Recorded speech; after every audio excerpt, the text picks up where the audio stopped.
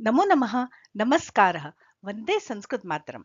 प्रारंभिक रचनानुवाद कौमुदी की आज की इस कक्षा में मैं डॉक्टर सुनीता थत्ते आज आपके सामने लेकर आई हूँ अभ्यास 7 भाग 2 अर्थात लेसन 15 के अंतर्गत अभ्यास 7 के उत्तरों वाला वीडियो अर्थात आंसर की वाला वीडियो। इस वीडियो में हम अभ्यास 7 में दिए गए लंग लकार तथा आकारांत स्त्रीलिंग शब्दों से संबंधित साथ ही द्वितीय विभक्ति से संबंधित जो अनुवाद अभ्यास में हमें करने के लिए दिए गए थे उन अभ्यासों का हम सही हल जानेंगे। तो आइए हम चलते हैं, सबसे पहले अभ्यास 7 पर एक दृष्टि डालते हैं, एक छोटी सी पुनरावृत्ति या सिंहावलोकन करते हैं। तो ये हमारे सामने अभ्यास 7 का नियमों वाला भाग है जिसे हमने पिछले वीडियो में बहुत विस्तार से पढ़ा है। इसके अंतर्गत हमने क खंड के अंतर्गत कन्या से लेकर लज्जा तक के आकारांत 15 स्त्रीलिंग शब्दों को जाना।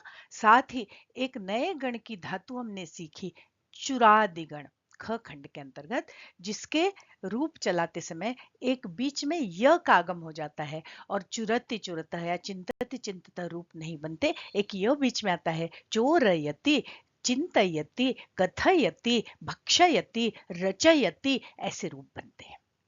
इसके साथ ही हमने रमा शब्द के रूप वहां पर स्मरण किए थे जो आकारांत स्त्रीलिंग शब्द है और उसके रूप हमने याद किए थे और उसी में इन संक्षिप्त रूपों को लगाकर हमने कन्या आदि के रूप भी बनाए थे। फिर हमने चुरादिगण की धातुओं को लट लकार में भी बनाया, पिछले पाठों में संबंधित लोट लकार में भी बनाया, मतलब चोरयति चिंतयति इत्यादि रूप भी बनाए, और चोरयतु चिंतयतु मतलब लोट लकार भी बनाया। और उसके बाद हमने भूतकाल, लंग लकार भूतकाल को जाना और भली भांति जाना कि उसमें ये संक्षिप्त रूप लगते हैं अत, अताम, अन, और धातु के पूर्व में एक अ लग जाता है और रूप बनते हैं अभवत, अभवताम, अभवत। इसी तरह हमने एक नियम जाना 13 नंबर का कि गमन अर्थ की धातुएं, गमन या गति, गति अर्थ की जितनी धातुएं होती हैं उसके साथ हमेशा द्वितीय विभक्ति ही लगती है। सुनने में भले लगे सप्तमी, पर सप्तमी नहीं लगाई जाती है। जैसे वह आकाश में उड़ता है पक्षी, तो भी उड़ने में हिलना है, चलना है, गमन है, तो आकाश में सप्तमी नहीं लगेगी, आकाश में द्वितीया ही लगेगी। गांव में जाता है अगर हम कह रहे हैं तो भी गांव गांव में सप्तमी नहीं लगेगी। गमन अर्थ की क्रिया है गच्छति, इसलिए ग्रामम गच्छति, गृहम गच्छति, विद्यालयम गच्छति, आकाशम उत्पतति ऐसे प्रयोग होंगे।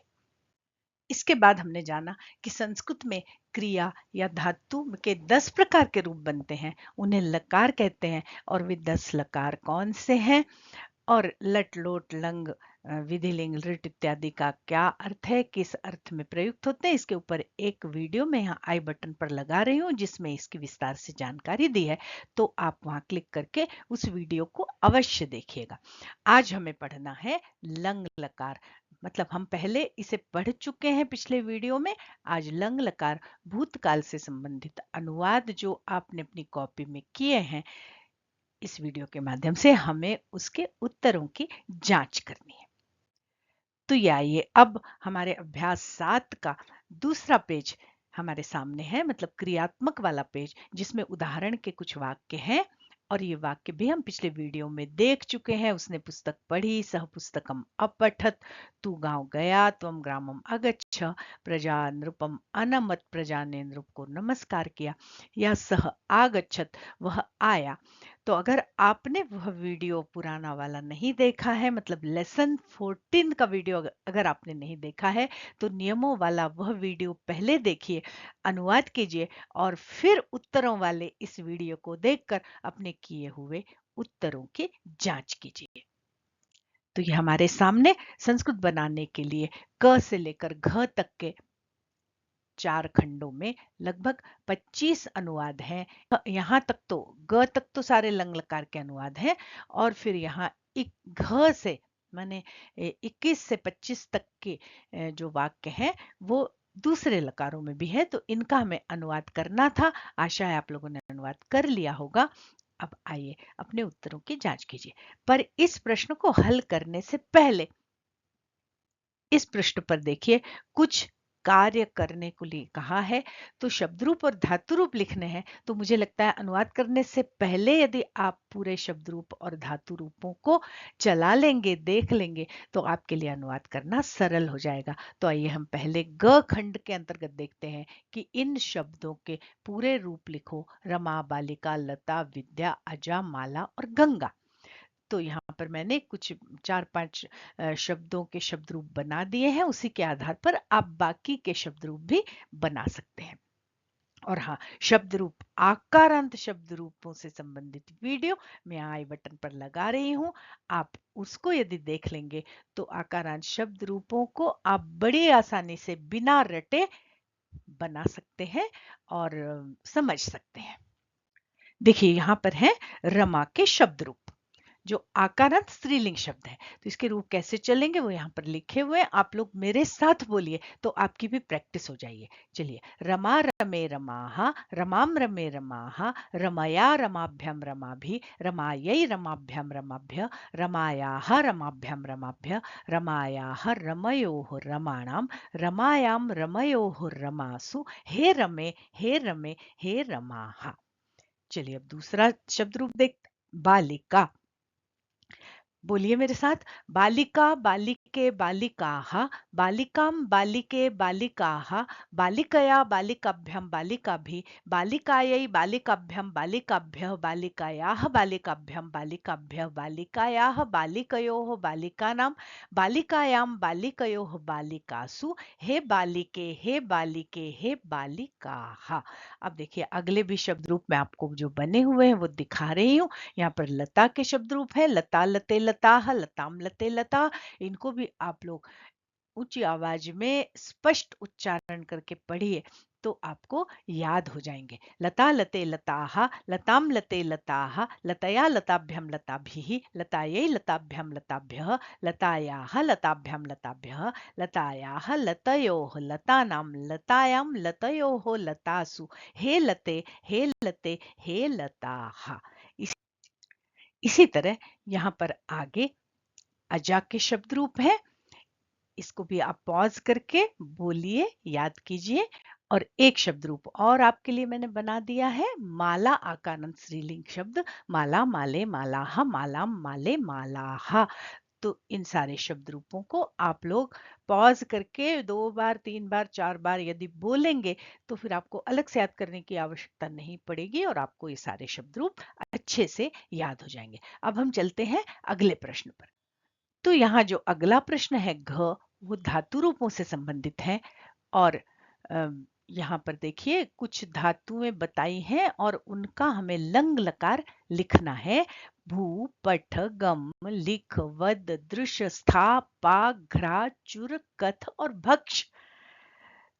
तो लंग लकार के धातु रूपों को बिना रटे आसानी से किस प्रकार याद करें, उससे संबंधित भी वीडियो मैंने आपके लिए एक बनाया है, यहाँ ऊपर आई बटन पर लगा है, उसे देख लीजिए तो आप बड़ी आसानी से बिना रटे धातु रूपों को भी याद कर पाएंगे। यहाँ पर मैंने आपके लिए इन सारे धातु रूपों के लंग लकार के रूप बनाकर इस वीडियो में दिए हैं, पर वीडियो का आकार बहुत बड़ा ना हो जाए इसलिए हम उसको जल्दी जल्दी आगे बढ़ा रहे हैं। आप लोग पॉज करके उन्हें देखकर अपनी कॉपी में नोट कीजिएगा। तो ये देखिए आपके सामने भू धातु लंग लकार के रूप है। आप लोग भी मेरे साथ बोलिए, अभवत, अभवताम, अभवन, अभवः, अभवतम, अभवत, अभवम, अभवाव, अभवाम। पठ धातु, अपठत, अपठताम, अपठन, अपठः, अपठतम, अपठत, अपठम, अपठाव, अपठाम। देखिए यहाँ पर अपठत, अपठाव, अपठाम, यहाँ पर अ है इसलिए इसका उच्चारण शुद्ध करना है। और जहां पर हल है, मतलब जो शब्द हलंत है, उनको हल्के से पढ़ना। अपठत, अपठताम, अपठन, अपठम, अपठतम। तो ऐसा करने से लिखते समय या पढ़ते समय हमको इस तरह का भ्रम नहीं होगा। अपठत और अपठत में भेद करना कठिन नहीं होगा। चलिए अगली धातु देखिए, गम धातु लंग लकार। अगच्छत, अगच्छताम, अगच्छन, अगच्छः, अगच्छतम, अगच्छत, अगच्छम, अगच्छाव, अगच्छाम। आप सब मेरे साथ बोल रहे हैं ना? चलिए अगली देखिए, लिख धातु। अलिखत, बोलिए मेरे साथ। अलिखत, अलिखताम, अलिखन, अलिखः, अलिखतम, अलिखत, अलिखम, अलिखाव, अलिखाम। इसी तरह आपको हर धातु को बोल बोल कर याद करना है। कम से कम 2-2 बार, 3-3 बार अगर आप बोलेंगे तो जीभ पर संस्कार पड़ेंगे और अपने आप आपको ये धातु रूप याद हो जाएंगे। चलिए अगले धातुओं को मैं केवल डिस्प्ले कर रही हूँ, आप पॉज करके या स्क्रीनशॉट लेकर आप उनको अपनी कॉपी में उतारिए। ये देखिए वद धातु है। अवदत, अवदताम, अवदन, ऐसे चलती है। दृश धातु, इसको पश्य आदेश हो जाता है और रूप बनते हैं अपश्यत, अपश्यताम, अपश्यन। स्था धातु, जिसे तिष्ठ आदेश हो जाता है 4 लकारों में, लिट में नहीं होता इन धातुओं को आदेश, ये भी हमें ध्यान रखना है। और रूप चलेंगे अतिष्ठत, अतिष्ठताम, अतिष्ठन। पा धातु पिब आदेश हो जाता है, रूप चलते हैं अपिबत, अपिबताम, अपिबन। घ्रा धातु को जिघ्र आदेश हो जाता है, अजिघ्रत, अजिघ्रताम, अजिघ्रन। ये होने वाले आदेश हम पिछले पाठों में पढ़ चुके हैं। अभी एक चुरादिगण की नई धातु आई है, जो इस पाठ में हमको 4-5 धातुएं पढ़ाई, वो सारी चुरादिगण की है। इसकी विशेषता यह है कि बीच में एक य का आगम हो जाता है। देखिए यहाँ पर य पे निशान भी लगा हुआ है, ये एक य आ जाता है बीच में।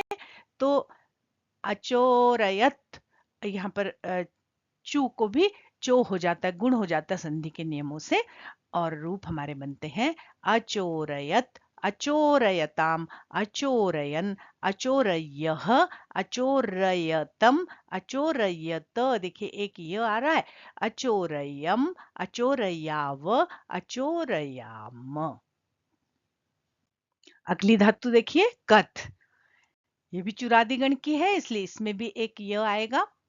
अकथयत, अकथयताम, अकथयन, इस तरह इसके रूप चलेंगे। और ये अंतिम धातु है भक्ष, ये भी इसी गण की है, तो अभक्षयत, अभक्षयताम, अभक्षयन, ऐसे रूप बनेंगे। तो आप इन सारे धातु रूपों को और शब्द रूपों को याद कर लीजिए। अब आइए हम चलते हैं अपने मुख्य विषय पर, जहां हमें अनुवाद करने हैं।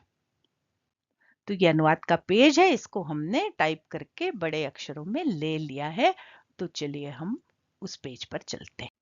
संस्कृत बनाओ, इसका खंड के अंतर्गत सारे वाक्य प्रथम पुरुष एक वचन के हैं, इसलिए यहाँ पर प्रथम पुरुष एक वचन की ही क्रिया लगी है और कर्ता भी प्रथम पुरुष एक वचन का सह है। देखिए, वह गांव गया, सह ग्रामम अगच्छत। वह यहाँ आया, सह अत्र आगच्छत। वह हंसा, सह अहसत।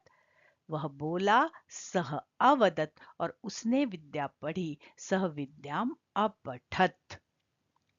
अगले वाक्य देखिए, उसने भोजन खाया, सह भोजनम अखादत। उसने धन चुराया, सह धनम अचोरयत। उसने माला बनाई, सह मालाम अरचयत। उसने पत्र लिखा, मतलब पत्र को लिखा, धन को चुराया, भोजन को खाया, माला को बनाया, इसलिए सब ये कर्म है, इनमें द्वितीया लगी है। देखिए, उसने पत्र को लिखा, सहपत्रम अलिखत। और उसने कन्या की रक्षा की, रक्ष धातु में द्वितीया लगती है, कन्या को रक्षित किया, ऐसा अर्थ निकलेगा। तो सह कन्याम अरक्षत। अब देखिए हमारे सामने ख खंड के वाक्य हैं, जो मध्यम पुरुष एक वचन के हैं। तूने पुस्तक पढ़ी, त्वम पुस्तकम अपठः।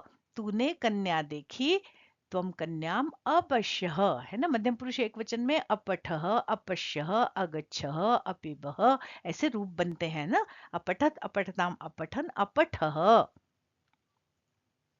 तू घर गया त्वं गृहम् अगच्छः, तूने जल पिया त्वं जलम अपिबः, तूने बकरी को छुआ त्वं अजाम अस्पृशः। ये सारे मध्यम पुरुष के वाक्य थे। अब आइए हम चलते हैं ग खंड में, और ग खंड में आप देखेंगे कि यहाँ पर सारे वाक्य उत्तम पुरुष एक वचन के हैं, क्योंकि कर्ता हर जगह मैं है। तो उत्तम पुरुष में बनेगा अपठत अपठताम, अपठन अपठ अपठतम अपठत अपठम अगच्छम अपिबम, ऐसे वाक्य बनेंगे। मैं रात्रि में घर गया तो अहम रात्रो गृहम अगच्छम, गति अर्थ की धातुओं में द्वितीय लगी है गृहम। मैंने अमृत पिया, मतलब अमृत को पिया, तो अहम अमृतम अपिबम, मैं शिला पर बैठा, पर देखकर सप्तमी लग रही है, पर बैठने की क्रिया में भी गति है, इसलिए यहाँ पर भी द्वितीय लगेगी शिला में, और वाक्य बनेगा अहम शिलाम अतिष्ठम। मैंने भोजन खाया, अहम भोजनम अखादम, और मैंने पुस्तक बनाई तो अहम पुस्तकम अरचयम। ये रच धातु चुरादिगण की है, तो यहाँ पर देखिए एक य आ गया, अरचम नहीं बना, अरचयम। हाँ चलिए, अब ये जो घ खंड है, इस घ खंड के अंतर्गत जो वाक्य आए हैं वो इस पाठ में जो नियम समझाए गए हैं उन पर आधारित है, और लट के साथ ही लोट लकार के भी वाक्य हैं, लंग लकार के वाक्य नहीं है यहाँ।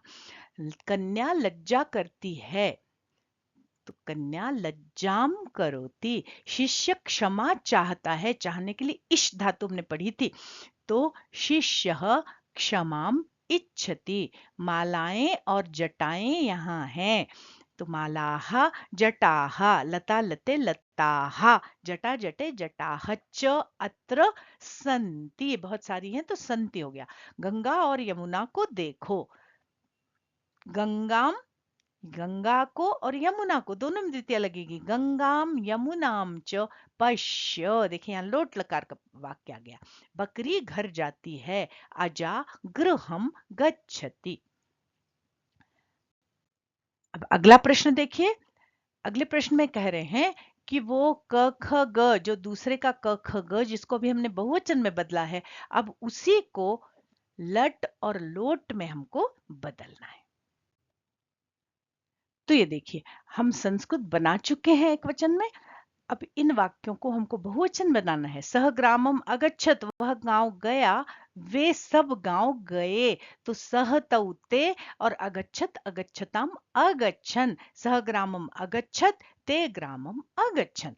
सह अत्र आगच्छत, तो सह का हो जाएगा बहुवचन ते, और आगच्छत का बहुवचन आगच्छन, तो ते अत्र आगच्छन। सह अहसत ते अहसन, सह अवदत ते अवदन, और सह विद्याम अपठत, इसका बहुवचन बनेगा ते विद्याम अपठन।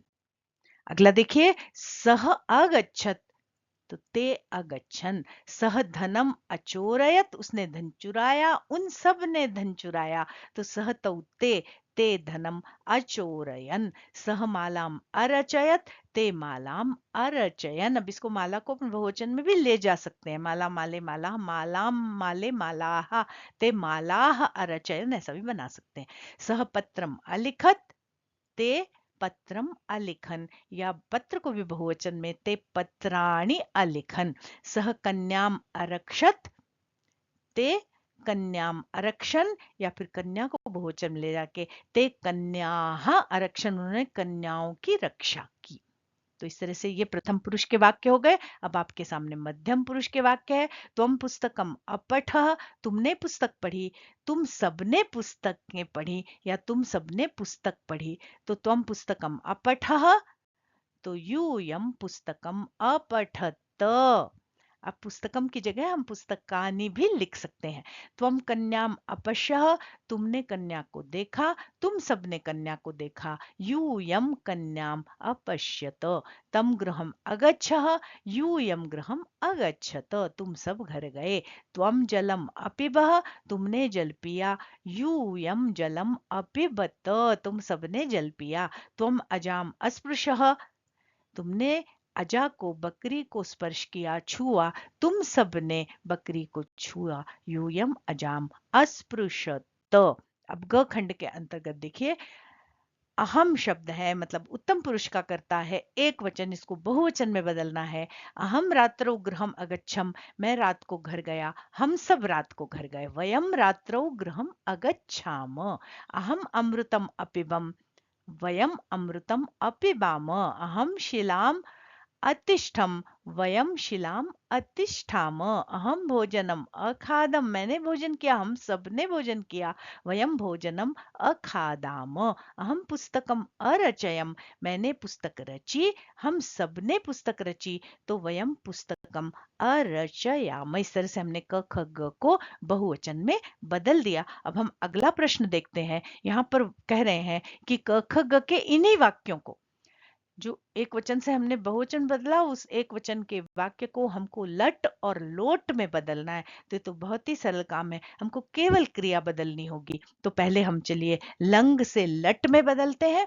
तो ये अगच्छत की जगह गच्छति हो जाएगा। रामः ग्रामम अगच्छत, रामः ग्रामम गच्छति। सः अत्र आगच्छत, सः अत्र आगच्छति। सः अहसत, सः हसति। सः अवदत्, सः वदति। और सः विद्याम अपठत, सः विद्याम पठती। इस तरह से केवल हमें क्या करना है कि ये जो लंग लकार की जो क्रिया है उसको हमें लट लकार में बदलना है। बाकी कर्ता और कर्म में हमें कोई परिवर्तन नहीं करना था। आशा है आप लोगों ने कॉपी में जो अनुवाद किए होंगे वो आपके सही हो रहे होंगे, और अगर गलत हुए हैं तो आप उसको सुधार कर फिर से आप उसका अभ्यास कीजिए। सह अहसत, सह हसति। सह अवदत्, सह वदति। सह विद्याम अपठत, सह विद्याम पठति। सह अगच्छत, वह गया, वह जाता है। सह गच्छति।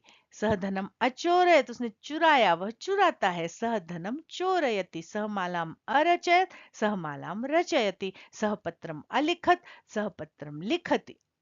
और सह कन्याम अरक्षत, सह कन्याम रक्षति। इस तरह से ये प्रथम पुरुष के वाक्य बने। अब हम मध्यम पुरुष में चलते हैं। त्वम पुस्तकम अपठः, त्वं पुस्तकं पठसि, त्वं कन्यां पश्यसि, त्वं गृहं गच्छसि, त्वं जलं पिबसि, और त्वं अजां स्पृशसि। मतलब ये जो भूतकाल के, यहाँ पर भूतकाल के जो क्रिया रूप हैं उनको बदल के हमें वर्तमान काल की क्रिया करनी थी, और वो हमने यहाँ पर की है। बाकी कर्ता और कर्म में हमें कोई परिवर्तन नहीं करना था।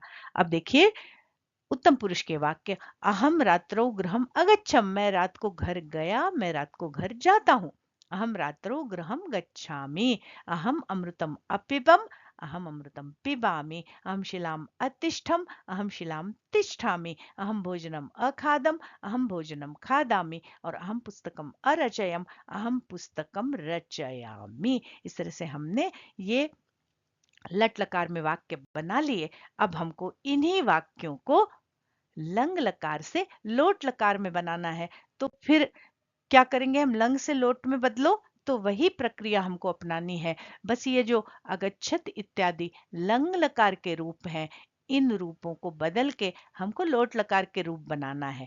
तो लोट लकार के रूप चलते हैं। पठतु पठताम पठन्तु, गच्छतु गच्छताम गच्छन्तु। तो सह ग्रामम अगच्छत की जगह हो जाएगा सह ग्रामम गच्छतु। सह अत्र आगच्छतु, सह हसतु, सह वदतु, सह विद्याम पठतु। अगले वाक्य देखिए। सह अगच्छत, तो सह गच्छतु। सह धनम अचोरयत, सह धनम चोरयतु। सह मालाम अरचयत, सह मालाम रचयतु। सह पत्रम लिखतु, और सह कन्याम रक्षतु। मध्यम पुरुष के वाक्यों को भी हम लोट लकार में बदलेंगे। त्वम पुस्तकम अपठः, ये लंग लकार का रूप था। लोट लकार में चलता है पठतु पठताम पठन्तु पठ। पठ पठतम पठत, ऐसे रूप चलते हैं। तो त्वम के साथ लगेगा पठ। त्वम पुस्तकम पठ, त्वम कन्याम पश्य, त्वम गृहम गच्छ, त्वम जलम पिब, त्वम अजाम स्पृश। लोट लकार है आज्ञा अर्थ में, तुम अजा को छुओ, तुम जल पियो, तुम घर जाओ इत्यादि। अब आइए अब ग खंड में उत्तम पुरुष एक वचन के जो लंग लकार के वाक्य हैं उनको हमें लोट लकार में बदलना है। लोट लकार के रूप अभी हमने देखे, गच्छतु गच्छताम गच्छन्तु, गच्छ गच्छतम गच्छत, गच्छानि गच्छाव, गच्छा में से रूप चलते हैं तो अहम गच्छानि अहम पिबानि ऐसे रूप बनेंगे। तो देखिए, अहम रात्रो गृहम अगच्छम, अहम रात्रो गृहम गच्छानि, अहम अमृतम अपिबम, अहम अमृतम पिबानि, अहम शिलाम अतिष्ठम, अहम शिलाम तिष्ठानि, अहम भोजनम अखादम, अहम भोजनम खादामि, और अहम पुस्तकम अरचयम का होगा अहम पुस्तकम रचयानि। इस तरह से हमने लंग लकार के वाक्यों को पहले हमने लट में बदला और फिर ये लोट में बदला, और इस प्रश्न को हमने हल किया। अब आइए हम चलते हैं अगले प्रश्न पर। अगले प्रश्न से पहले ये देखिए, कुछ अशुद्ध वाक्यों को शुद्ध करने का यहाँ पर तरीका बताया है या शुद्ध करके दिखाया, वो हम देखते हैं। सह ग्रामे अगच्छत, देखिए ग्रामे, वह गांव में गया। हम हिंदी में बोलते हैं, लगता है सप्तमी लगा दें, पर नहीं, ये गम धातु है, ये गति अर्थ की है, गमन अर्थ की धातु है, तो इसके साथ सप्तमी नहीं लगेगी, द्वितीया लगेगी, और हमारा वाक्य शुद्ध बनेगा सह ग्रामम अगच्छत। सह कन्यायाः अरक्षत, उसने कन्या की रक्षा की। सुन के लगता है षष्ठी लगा दें, यहाँ लगा है कन्यायाः, यहाँ विसर्ग नहीं लगा, हम लगा लेते कन्यायाः अरक्षत, पर नहीं, रक्ष धातु के योग में भी द्वितीया ही लगेगी, तो सह कन्यायाः अरक्षत नहीं, उसने कन्या को रक्षित किया। सह कन्याम अरक्षत, यहाँ द्वितीया लग के शुद्ध होगा वाक्य। अहम गृहम अगच्छत, यहाँ पर भी शुद्धिकरण में हम क्या करेंगे, अहम के साथ उत्तम पुरुष की ही क्रिया लगेगी, ये अगच्छत प्रथम पुरुष की क्रिया है, तो यहाँ शुद्ध वाक्य होगा अहम गृहम अगच्छम। इसी तरह हमको अशुद्ध वाक्यों को शुद्ध करते आना चाहिए। अब हम अगला प्रश्न देखते हैं। अगला प्रश्न है, वाक्य बनाओ। अपठत, अलिखत, ऐच्छत, अपश्यत, इस तरह से कुछ क्रियापद यहाँ पर दिए हुए हैं, उनसे आपको वाक्य बनाना है। आप नूतन वाक्यों की रचना कर सकते हैं। यहाँ उदाहरण के लिए मैंने कुछ वाक्य आपके लिए बनाकर रखे, उन्हें देखिए। अपठत माने पढ़ा, लता रामायणम अपठत, लता ने रामायण पढ़ी। अलिखम, अब ये अलिखम जो है उत्तम पुरुष का वाक्य है, इसलिए का क्रियापद है, इसलिए यहाँ पर अहम ही करता हो सकता है, तो अहम पत्रम अलिखम। ऐच्छत मैंने चाहा, याचकः धनम ऐच्छत, याचक ने धन चाहा। अपश्यत प्रथम पुरुष का ही कर्ता लगेगा। बालकः छात्र, मोहन कुछ भी लिख सकते हैं। बालकः दूरदर्शनम अपश्यत। अतिष्ठम अपिबम, ये देखिए यहाँ पर फिर उत्तम पुरुष की क्रिया आई, तो कर्ता अहम, उत्तम पुरुष एक वचन का कर्ता अहम ही होता है, तो अहम से वाक्य बनेगा अहम अतिष्ठम। अहम जलम अपिबम। अजिघ्रत सूंघा, अब ये फिर प्रथम पुरुष का कर्ता, सह पुष्पम अजिघ्रत। अचोरयत उसने चुराया। चौरः धनम अचोरयत। अभक्षयत सह भोजनम अभक्षयत, उसने भोजन खाया। अब अगला प्रश्न देखिए। रिक्त स्थान है, कुछ 5 वाक्य हैं, और वहां पर लंग लकार की क्रिया हमको जो क्रिया लिखी हुई है, लिख, इश, भक्ष, दृश, घ्रा आदि, उसको हमें लंग लकार में चलाकर उचित शब्दों से रिक्त स्थानों की पूर्ति करना है। तो देखिए हमारे सामने ये 5 शब्द है। सहपत्रम लिख, इसको लंग लकार में लिखना है, तो सह के साथ होगा अलिखत। सहपत्रम अलिखत। सहपलम इश, है ना, इश धातु जब भूतकाल में चलती है तो ऐच्छत, ऐच्छताम, ऐच्छने से रूप बनते हैं, तो सह फलम ऐच्छत। अहम भोजनम भक्ष, अहम के साथ उत्तम पुरुष की क्रिया लगाएंगे, तो अहम भोजनम अभक्षम। त्वम कन्याम दृश, त्वम के साथ मध्यम पुरुष की क्रिया लगाएंगे, तो बनेगा त्वम कन्याम अपश्यः, बनाना हमें लंग लकार ही है। और अहम पुष्पम जिघ्र, तो अहम पुष्पम अजिघ्रम। इस तरह से हमारे सारे प्रश्न यहाँ पर हल हो गए हैं। आशा है कि लंग लकार और आकारांत स्त्रीलिंग से संबंधित आंसर की का मतलब उत्तरों का यह वीडियो आपके किए हुए अनुवादों को जांचने में आपके लिए सहायक सिद्ध हुआ होगा और आपने वीडियो को पसंद किया होगा। तो जल्दी से इसे लाइक करें, शेयर करें, अच्छे कमेंट्स दें। आज के लिए बस इतना ही। बहुत जल्दी मिलते हैं एक नई अवधारणा के साथ। तब तक के लिए जयतु संस्कृतम, जयतु भारतम, पुनर्मिलामः।